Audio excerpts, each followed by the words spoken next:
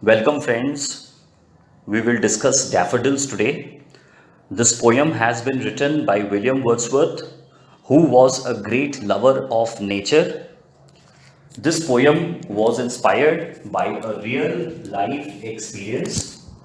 What was that real life experience? Once, when William Wordsworth was on a walk with his sister Dorothy Wordsworth, he came upon a sight of a belt of daffodils, long stretch of daffodils, beside the lake, in the Lake District of England. So, with whom was he wandering? He was wandering with his sister Dorothy Wordsworth. And where did he see the daffodils? In real life experience, he noticed the daffodils in the Lake District of England. The wind was blowing over the flowers and the flowers were swaying. The swaying flowers gave the image of the flowers fluttering and dancing. The sight of this vast expanse of yellow flowers, please remember this expression, vast stretch of yellow flowers, vast expanse of yellow flowers, inspired Wordsworth to write this remarkable poem. He goes on to tell the readers that long after he had this experience, the mere sight, the mere memory of this sight, just remembering this sight, would lift his spirits when he felt dejected or depressed. So when he was worried, when he was sad, he would recollect the beautiful sight of the daffodils and his depression, his dejection would be refreshed. And this is what the theme of the poem is. This well-known poem is a eulogy, it is a tribute to the restorative powers of nature. Nature has the power to restore the peace of mind of human beings. So restore मतलब वापस से situation को ठीक कर देना.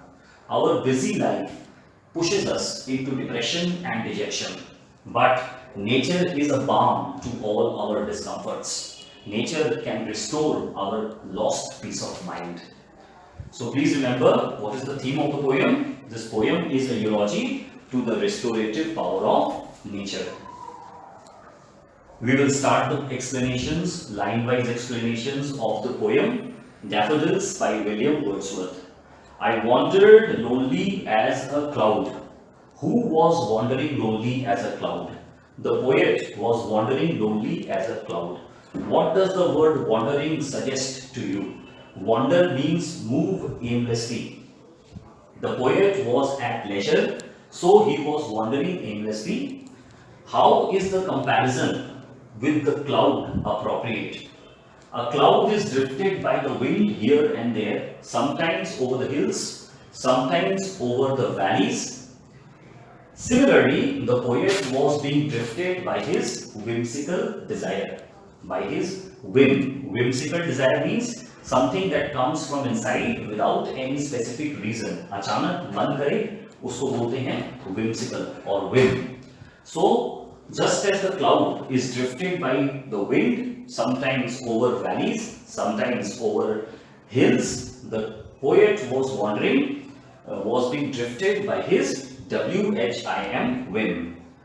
So cloud that floats sometimes high over the valleys, other times the cloud floats over the hills. What does the poet suddenly notice? The poet suddenly notices a host of golden daffodils. What is the personification that he uses to define the golden daffodils? Crowd and host. What does the word crowd suggest? Large number of daffodils. Obviously, you know why crowd is personification. Remember that you should not. What is personification? Personification is when a human attribute is given to, is used for an inanimate object. Don't write non-living thing, write inanimate, because flowers, trees, these are all living objects. According to science defines them as living objects. But these objects don't have soul like human beings. So inanimate objects are objects without soul. So when living quality, when living attribute is given to, is used for an inanimate object, it is personification. So here the daffodils have been compared to a crowd. The crowd suggests a large number of daffodils. Host. How is the comparison with a host appropriate? The daffodils welcomed the poet to the embrace of nature. Nature के गोद में, nature से गले लगाने के लिए nature उसको बुला रहा है. So how is it appropriate as a host? Because the vast expanse of daffodils seemed like the outstretched arms of nature, welcoming the poet to embrace it. When all at once I saw a crowd, suddenly the poet notices a crowd of golden daffodils. They were like a host welcoming him to the embrace of nature. Where did the daffodils grow? The daffodils grew beside the lake under the shade of the trees that had grown by the lakeside, beneath the trees. Fluttering and dancing in the breeze.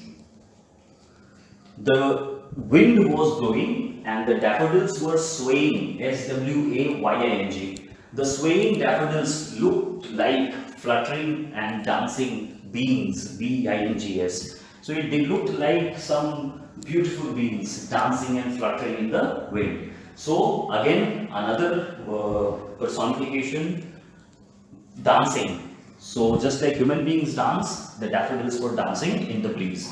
So what were the daffodils doing? The daffodils were fluttering and dancing in the breeze. I repeat the lines.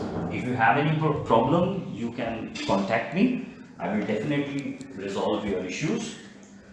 I wandered lonely as a cloud. The poet was wandering lonely as a cloud that floats on high over valleys and hills. The poet was wandering lonely as a cloud that floats high over valleys and hills. When all at once the poet notices a crowd, a host of golden daffodils. The daffodils had grown beside the lake, beneath the trees. They were fluttering and dancing in the breeze. Continuous as the stars. Another expression to describe the vast expanse of daffodils or the large number of daffodils. They were infinite and continuous like the stars. The stars that twinkle on the Milky Way, no specific reference, no specific meaning. Milky Way is a galaxy which contains large number of stars, infinite number of stars. Similarly, here the Milky Way is the lakeside which has infinite numbers of daffodils. So continuous, vast stretch, continuous line, never ending line. So this is hyperbole. Hyperbole is an exaggeration. Exaggeration, E-X-A-G-G-E-R-A-T-I-O-N. Exaggeration means बढ़ा चढ़ा के बोलना. So exaggeration कैसे? Continuous, never ending line like the stars. This is an exaggeration. Continuous as the stars that shine and twinkle on the Milky Way. They stretched in a never-ending line. Who stretched? The daffodils, the bushes, they stretched in never-ending line. Along the margin of the bay, lakeside. Margin of the bay, lakeside. Bay is lakeside. Margin is again the bank of the river or the bank of the lake, riverside or the lakeside.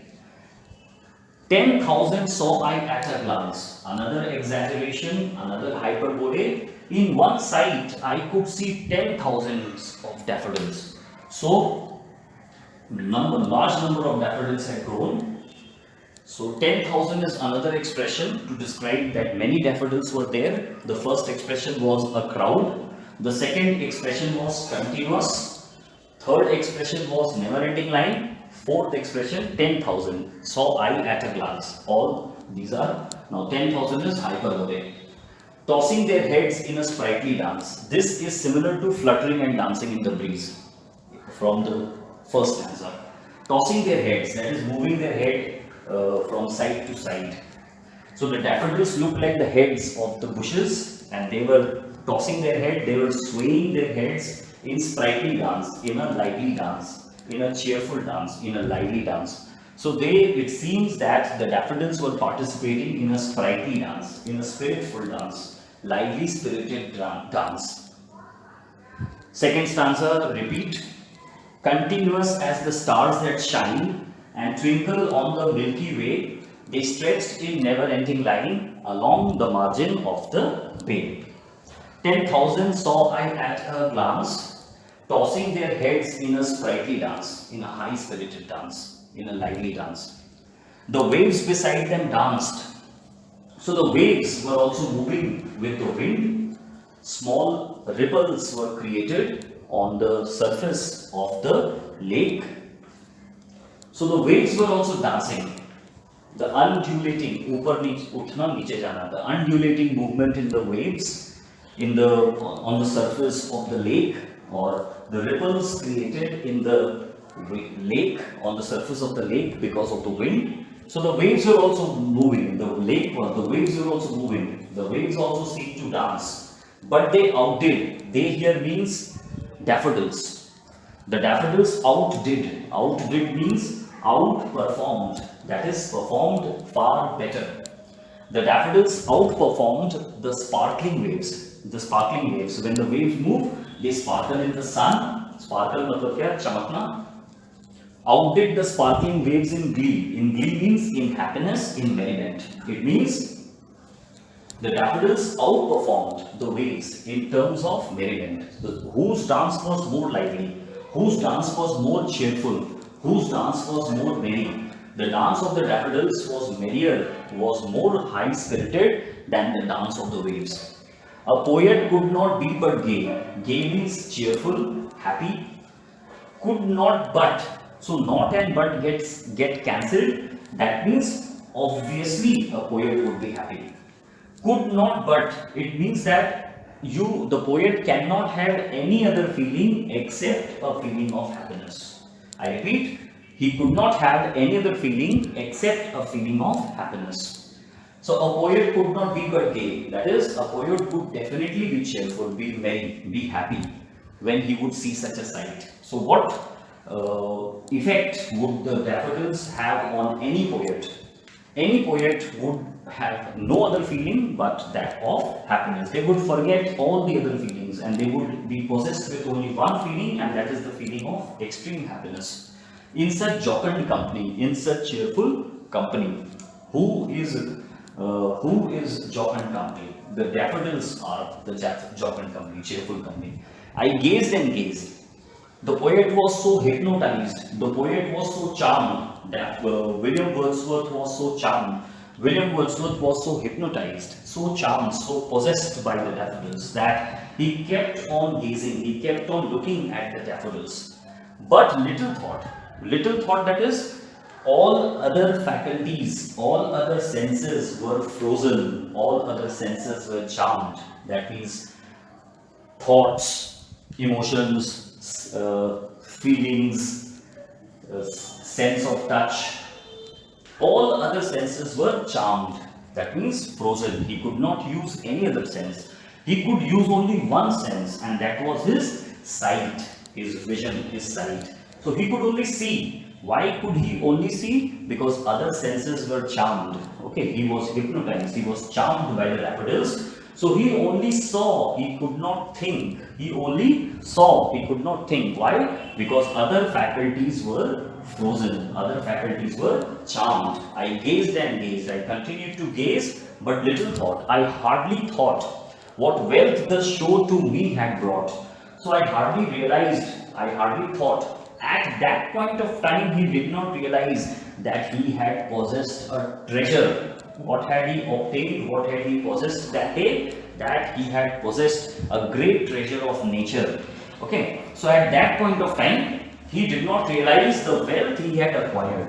So then he could not realize the wealth he had acquired. So when he could not realize that day, when he kept on looking at the daffodils, he did not realize it that day. So he realized it on some other day when he was dejected, some other day when he was depressed, and when the sight of the daffodils overcame his depression. He was depressed, he thought about the sight of daffodils, and immediately the depression faded, the depression was overcome with happiness, overcome with peace, with joy.